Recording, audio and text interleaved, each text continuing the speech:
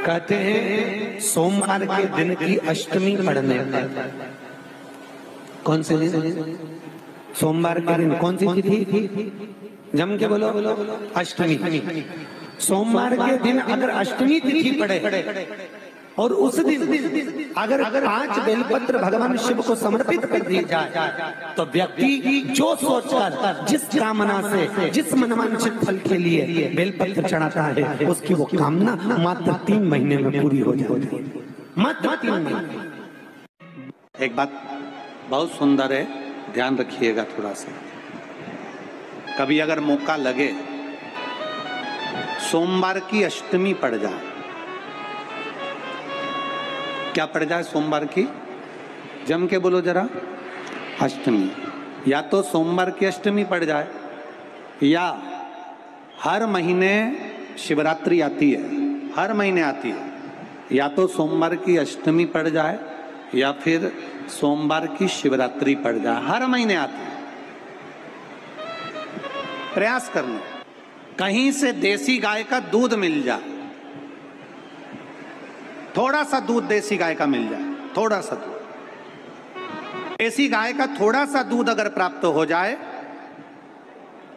बेलपत्री के पत्ते से दूध कटोरी में लेकर, मात्र बेलपत्री के पत्रे से एक एक बूंद अगर दूध, आप एक बूंद अगर ज्यादा ना मिला हो, 1 चम्मच भी अगर आपको दूध देसी गाय का मिल गया हो और सोमवार की अष्टमी पड़ जाए या सोमवार की, जम के बोलो, शिवरात्रि पड़ जाए, उसमें केवल अगर देसी गाय का दूध मिल जाए, जर्सी गाय का नहीं हो, देसी गाय का अगर दूध मिल जाए, बेलपत्री के पत्ते से, तुम्हारे घर के अंदर अगर शिवलिंग है या मंदिर में शिवलिंग है या तुम्हारे नजदीक में कोई शिवलिंग है, उस पर बूंद बूंद, एक एक बूंद अगर शिवलिंग पर दूध समर्पित कर रहे हो, श्री शिवाय नमस्तुभ्यम, नमः शिवाय, या षडाक्षर मंत्र ओम नमः शिवाय, या 33 अक्षर का मंत्र महामृत्युंजय मंत्र, इसका स्मरण कर कर शिव जी पर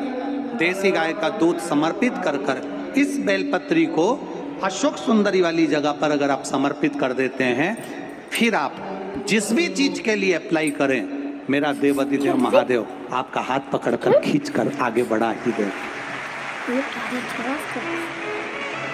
मेहनत करना, कर्म पूरा करना, पढ़ाई अच्छी करना, और पढ़ाई के साथ में विद्या अध्ययन करने के साथ में अच्छी मेहनत के साथ में देसी गाय का दूध भगवान शंकर को समर्पित करना, भगवान शंकर को समर्पित करना, देसी गाय का दूध धीरे धीरे धीरे धीरे समर्पित करना, भावों के साथ आप समर्पित करें। देसी गाय का दूध एक एक बूंद समर्पित करिए, धीरे धीरे समर्पित करें। और देसी गाय का दूध जब धीरे धीरे समर्पित करें, बड़े रास्ते से, आनंद से धीरे धीरे जब आप समर्पित करेंगे, बेलपत्री वही दूध में सनी हुई बेलपत्र अशोक सुंदरी वाली जगह पर, उस समय पर डंडी का भाग शिवलिंग की ओर नहीं होना चाहिए, उस समय पर डंडी का भाग जहाँ से पानी बहकर जाता है अशोक सुंदरी की ओर से, वहाँ पर होना चाहिए। कार्य में सफलता मिलती ही है। शिव तत्व को धारण। सोमवार की अष्टमी का मतलब आपको इंदौर की कथा में बताया था, जिस दिन शंकर और पार्वती के मिलन का दिवस हो, और केवल एक माता पार्वती के अकेले मिलन का नहीं, 64 योगनिया तक भगवान शंकर से मिलने के लिए आती है। पीला चंदन लगा लेना। कितना लगाना है? बीच वाला जो पत्ता है उस पर पीला चंदन। जब आपको लगे कि मेरा जीवन बहुत कष्टमय है, अब ये रोग, अब ये कष्ट दूर ही नहीं हो रहा, अब ये आए दिन तकलीफ पर तकलीफ बढ़ती जा रही है, आए दिन रोग, बीमारी, पैसा घर में बच नहीं रहा, बहुत कष्टमय जीवन है, इसमें लगाओ पीला चंदन बेलपत्री की बीज पत्ती महाराज। और बीज पत्ती पर जब चंदन लग जाए, लगने के बाद में ये दोनों पत्ती पर लाल चंदन लगा लीजिए। इन दोनों पत्ती के बीच में जो डंडी का भाग होता है, आपको कहा था, आपको स्मरण में होगा शायद, हमने जब बेलपत्री की महत्वता बताई थी तो उस बेलपत्री की महत्वता में कहा था ब्रह्मा विष्णु महेश ये 3 हैं, बोला था।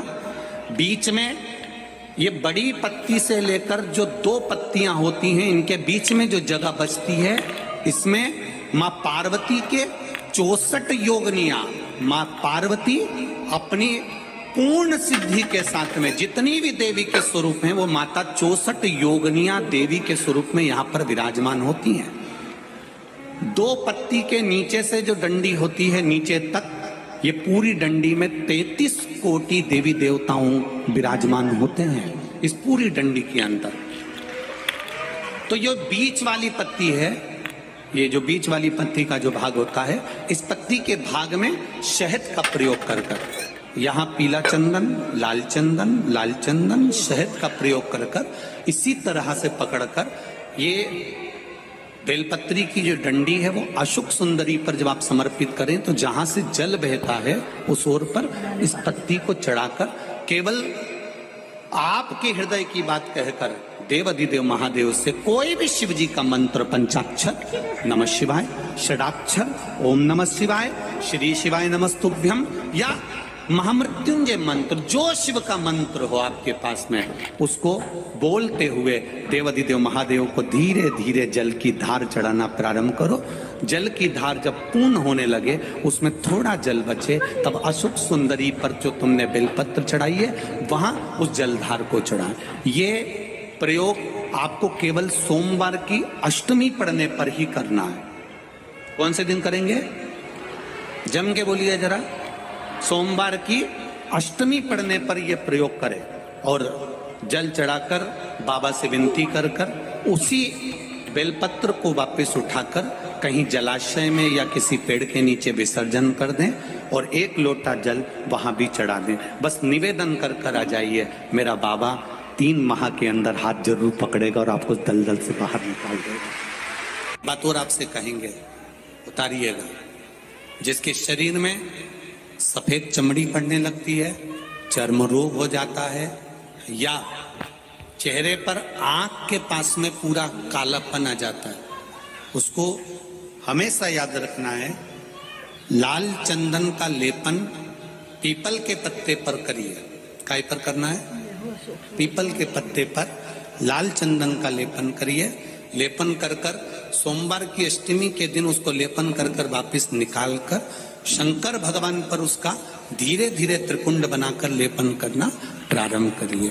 जब आप त्रिपुंड बनाकर लेपन करना प्रारंभ करें, उसके बाद उस चंदन को जो सोमवार की अष्टमी है तब निकाल कर लिया है और निकाल कर लाकर उसको डब्बी में रख लें। उस चंदन का प्रयोग चर्म रोग के स्थान पर थोड़ी थोड़ी मात्रा में करना प्रारंभ करें, पानी के साथ मिलाकर।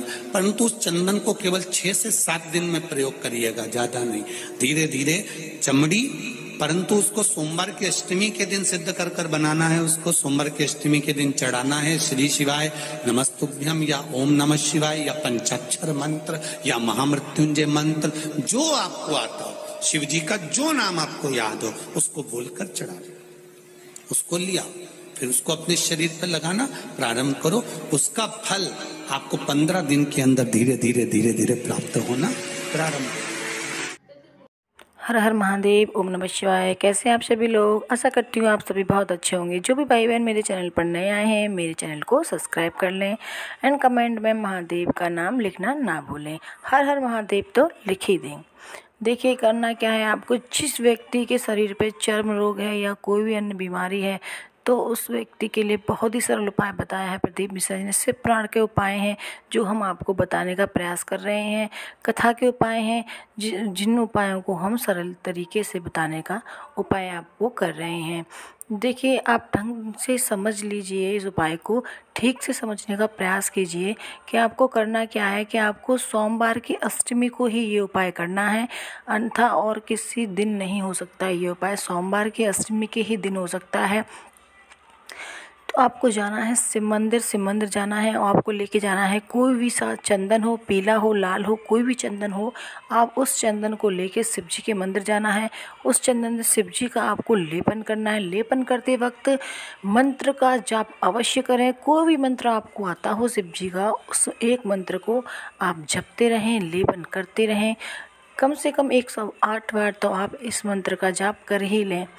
जाप करने के बाद जब आपके 108 बार जाप हो जाएंगे तो उस लेपन जो लेपन कर रहे हैं शिव जी पे, उस लेपन को एक डिब्बी में भर लें। डिब्बी में भर लेंगे तो आपको आना है घर पर। घर पर जिस व्यक्ति को परेशानी है, चर्म रोग है या शरीर की अन्य कोई बीमारी है, उस पे आपको लेपन करना है। ये लेपन मात्र आपको 7 या 8 दिन तक करना है। जल्दी से जल्दी वो मतलब जो लेप है वो ख़त्म करना है, ज़्यादा दिन तक नहीं रखना है आपको। शिव जी ने जो शक्ति है इसकी वो ज़्यादा दिन तक नहीं रहती हैं, ख़राब हो जाता है ज़्यादा दिन तक रखा हुआ। तो जितनी भी डिब्बी में जो आपने लेपन भरा था, उस लेपन को 7 या 8 दिन तक भरे आप उसको लगा दीजिए। देखिए, आप इस लेपन को आप लगा देते हैं तो वो व्यक्ति जल्दी से जल्दी सही हो जाएगा। 15 दिन के अंदर वो व्यक्ति बिल्कुल ठीक हो जाएगा। अगर थोड़ा बहुत भी रह जाता है उसके शरीर पर चर्म रोग, तो फिर से आप इस उपाय को कर सकते हैं और सोमवार के अष्टमी के दिन ही कर सकते हैं। वो व्यक्ति बिल्कुल अवश्य ही सही होगा। शिव पुराण के उपाय ही बताने का हम प्रयास कर रहे हैं आपको सरल तरीके से। पंडित प्रदीप मिश्रा जी ने कथा में बता ही दिया है। आप इन उपायों को सुनने का प्रयास कीजिएगा, फिर इन उपायों को करना। एक बार प्रैक्टिकल करके अवश्य देखना, ताकि आपके जो भी रोग हैं शरीर के वो बिल्कुल सही हो जाए। हमारी वीडियो देखने के लिए धन्यवाद। जो भी हमारे वीडियो को देखते हैं कमेंट में अवश्य हर हर महादेव अवश्य लिख देगा। आप पर महादेव की कृपा बनी रहेगी, आपकी हर मनोकामना पूर्ण होगी। जो भी आपकी इच्छा है सारी मनोकामना पूर्ण हो जाएंगी। नौकरी हो, व्यापार हो, धन की हानि हो, सब आपके दुख दर्द दूर करेंगे भोलेनाथ। आपकी सारी रक्षा करेंगे भोलेनाथ। आप उनकी कथा सुनिए, उनके उपाय कीजिए। हमारे वीडियो देखने के लिए चैनल को सब्सक्राइब अवश्य कर लेना, ताकि ऐसी ही वीडियो की जानकारी आपको मिलती रहे, आपके सारे दुख दर्द दूर होते रहें। हर हर महादेव। ओम नमः शिवाय।